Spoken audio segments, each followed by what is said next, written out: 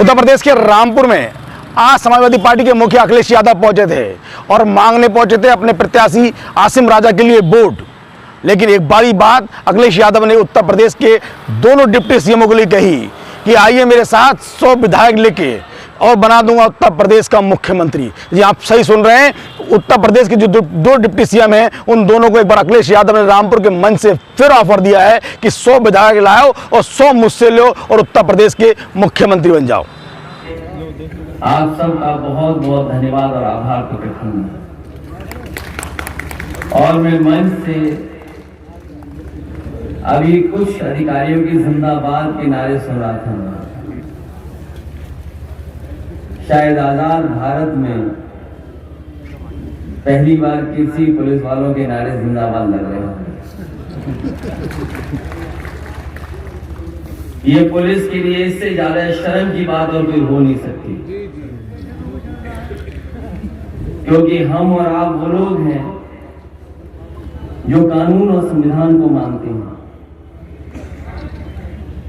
और जो लोग वहां दूसरी तरफ बैठे हैं वो ना कानून की परवाह कर रहे हैं ना संविधान की परवाह कर रहे हैं। हम में और उनमें इतना ही फर्क है कि हम और आप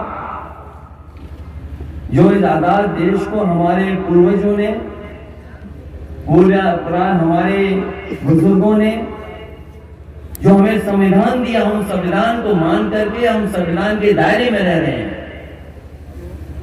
और जिनसे हमको लड़ना पड़ रहा है, जिनके बारे में हमें आज जिंदाबाद बोलना पड़ रहा है, वो ना संविधान मानना चाहते ना कानून। और कल अगर ये माफी भी मांगेंगे तो बताओ आदरणीय आजम खान साहब, उनके परिवार, उनका बेटा, उनकी पत्नी के क्या वो दिन जो जेल में रहे वापस हो जाएंगे? सोचो इन बातों का। इसलिए मैं आप सबसे अपील करने आया हूं, हमें जो कुछ जोखिम उठाना पड़े हमें उठाना चाहिए। ये वोट की ताकत से आए हैं और वोट की ताकत से ही बाहर जाएंगे। हमारे आपके पास कोई दूसरा रास्ता नहीं है। हमने आपने कई चुनाव देखे हैं, ये पहला चुनाव नहीं देख रहे हम और आप। इससे पहले हम लोगों ने पंचायत के चुनाव में लुटता हुआ देखा। पंचायत के चुनाव में जो लोग जीते वो हार गए, जिन्हें जनता ने हराया वो कुर्सी पे बैठ गए। हम लोग अभी कुछ दिन पहले चुनाव लड़े थे। ये पहली बार लोकतंत्र में ऐसी तस्वीर नजर आ रही है कि जिसके साथ जनता खड़ी थी वो चुनाव हार गए, और जिनकी रैलियों में, सभाओं में कुर्सी खाली थी उन सत्ता में बैठ गए आकर के। ये जो पिछला चुनाव हुआ, ये जनता हमारी आपकी सरकार बनाने के लिए वोट दे रही थी। सरकार हमारी आपकी छिन गई। हमारी आपकी सरकार होती तो शायद हमको आपको ऐसे दिन नहीं देखने पड़ते। मैं अभी भीड़ में अपने सिख भाई तेजिंदर बिर्ड को देख रहा हूं। मैं आपको लखीमपुर की कहानी याद होगी। किसान अपने हक और सम्मान को लेकर के आंदोलन कर रहे थे।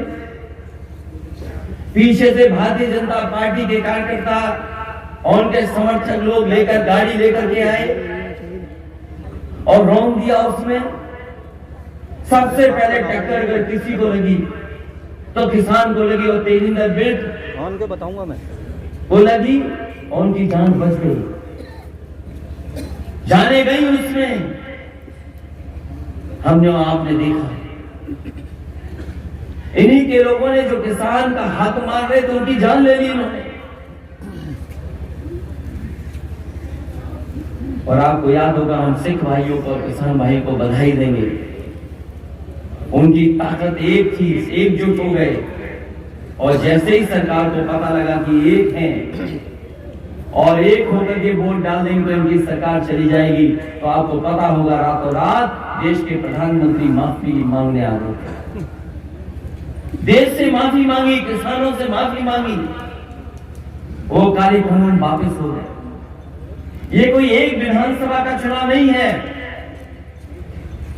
आपको हमको कोई ये कह सकता है कि एक विधानसभा का चुनाव है। मैं आपसे कह के जा रहा हूं, आप ये चुनाव जिताइए और 24 से के बाद आप देख लेना उत्तर प्रदेश में भारतीय जनता पार्टी की सरकार नहीं बचेगी।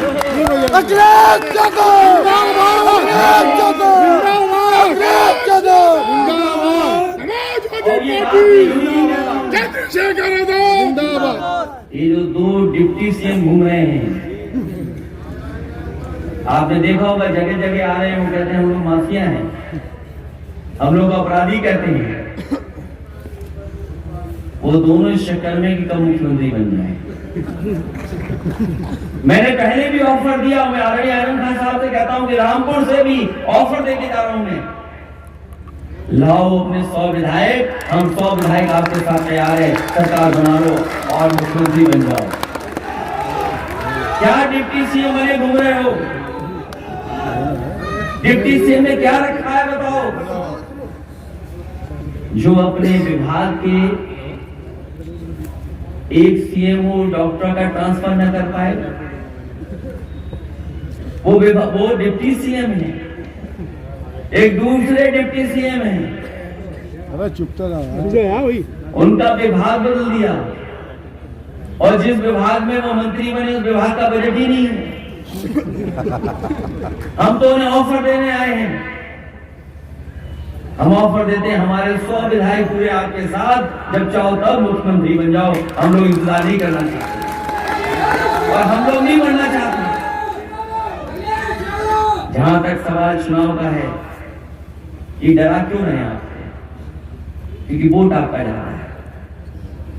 आदरणीय आजम खान साहब को मानने वाले लोग हैं, केवल आप और हम नहीं, पूरा देश जानता है कि आजम खान साहब के ऊपर सब झूठे मुकदमे लगे।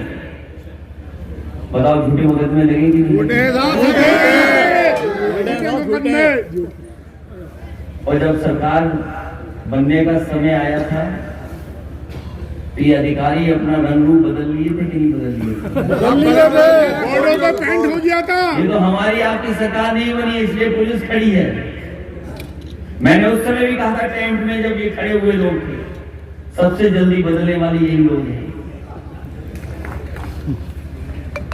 और हमने उस समय देखा है बदलते हुए। समय से बड़ा बलवान कोई नहीं है। ये जो लोग अन्याय कर रहे हैं, मैं उन्हें कहना चाहता हूं, जो सत्ता में मुख्यमंत्री हैं, उनकी फाइल मेरे सामने आई थी और फाइल में कहा गया था कि इनके ऊपर केस रजिस्टर हो, कार्रवाई हो। हम लोग समाजवादी लोग हैं, कभी नफरत और एक दूसरे को परेशान करने वाली राजनीति नहीं करते। हम लोगों ने फाइल ही वापस कर दी थी और ये बात अगर गलत है, अधिकारियों से पूछ लें सरकार के लोग। अब हम लोगों को इतना मजबूत मत बनाओ, इतना कठोर मत बनाओ कि अगर हम लोग सरकार में आ जाएं तो आपके खिलाफ भी वही कार्रवाई करें जो आज कार्रवाई हम लोग देख रहे हैं।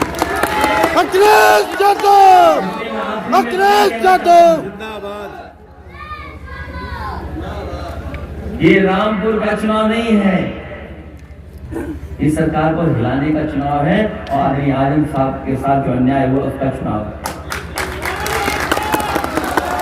आपको बताना पड़ेगा कि आप किसके साथ हैं। कोई दल नहीं है, 2 ही दल है आमने सामने। कोई तीसरा प्रत्याशी लड़ रहा हो तो बता दो हमें। एक तरफ बीजेपी और दूसरी तरफ समाजवादी पार्टी। एक तरफ वो लोग जो अन्याय कर रहे हैं, अपमानित कर रहे हैं, झूठे मुकदमे लगा रहे हैं और हमारा आपका भविष्य खत्म कर रहे हैं। रामपुर वो जगह है जहां देश ने पहला शिक्षा नीति दिया